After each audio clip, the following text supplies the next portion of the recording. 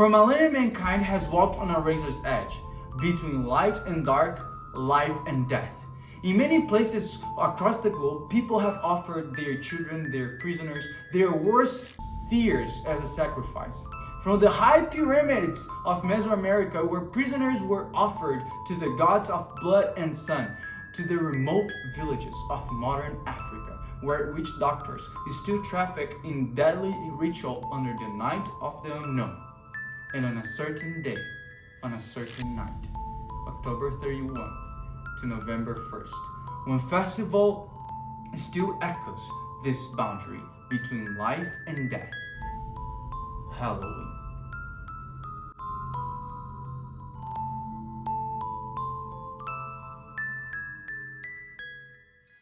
The world loves the masks and candy, but under the costume, under the fun, there is a shadow of ancient ritual. The Celtic festival of Samhain marked the turning of the year.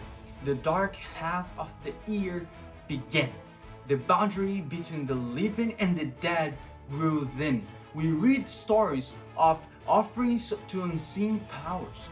In those records, a stone idol called Prom Crutch was fed with the firstborn of Samhain. Later, the Christian Church placed All Saints' Day and All Souls' Day here. The night before became All Hallows' Eve, or Halloween. So when you hear about sacrifices tied to Halloween, no, this isn't neat or modern, but the idea of ritual, death, and darkness going into the night is ancient and global. And the theme remains: death, spirits, and the dead revisiting the living.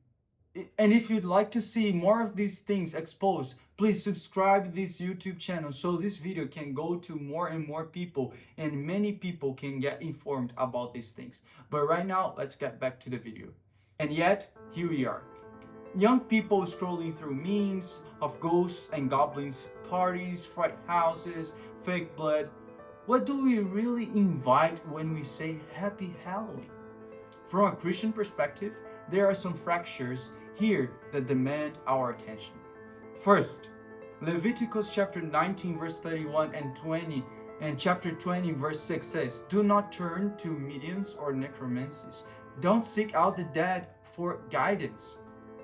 The dead know nothing," says the Bible.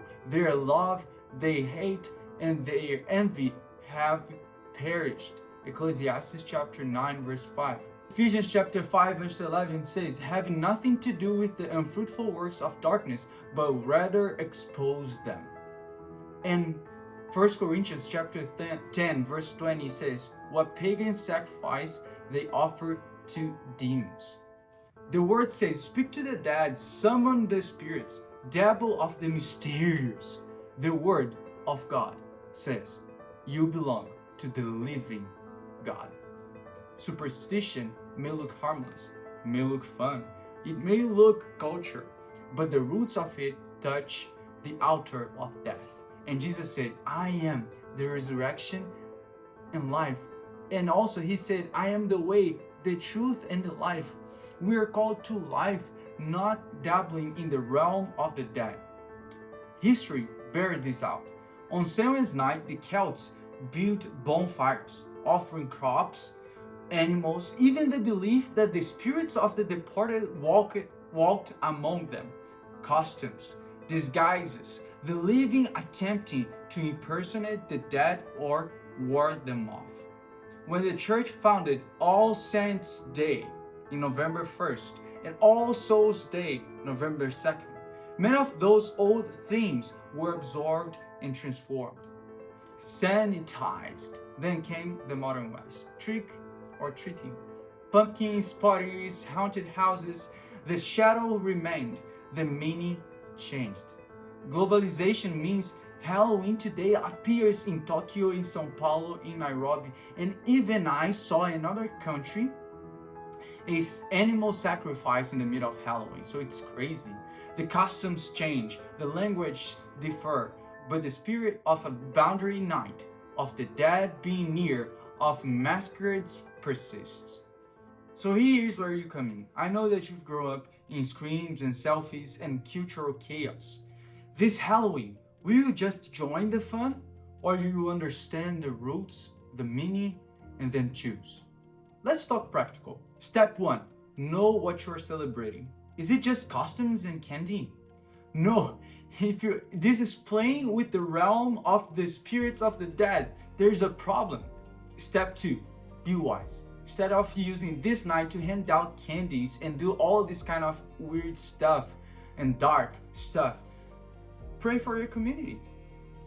Use this night to serve. Instead of fear, bring light. Instead of drinks and theirs for thrills, serve your neighbors. Step 3. Choose the life you follow. The world invites you to follow the ghost, the mask, the thrill, but the Bible calls you to follow the living God, not just for Halloween night, but every day. Step 4. Worship over wonder. Don't be drawn into trying to contact the spirits. Don't be curious about the dark side. Romans 12 verse 1 says, offer your bodies as a living sacrifice, not to the night, but to the light. This is not about being scary or legalistic. It's about freedom. It's about clarity. It's about truth. When the night says Happy Halloween, you can say, thank you, I know the night, but I will follow the light. Because in the end, it's not about the ghosts behind the masks. It's about the one who conquered death, Jesus. And he says, I am the resurrection and the life. So when the doorbell rings, when the pumpkins glow, when the night deepens, ask yourself, who am I following? The thrill of the dark or the life of the light?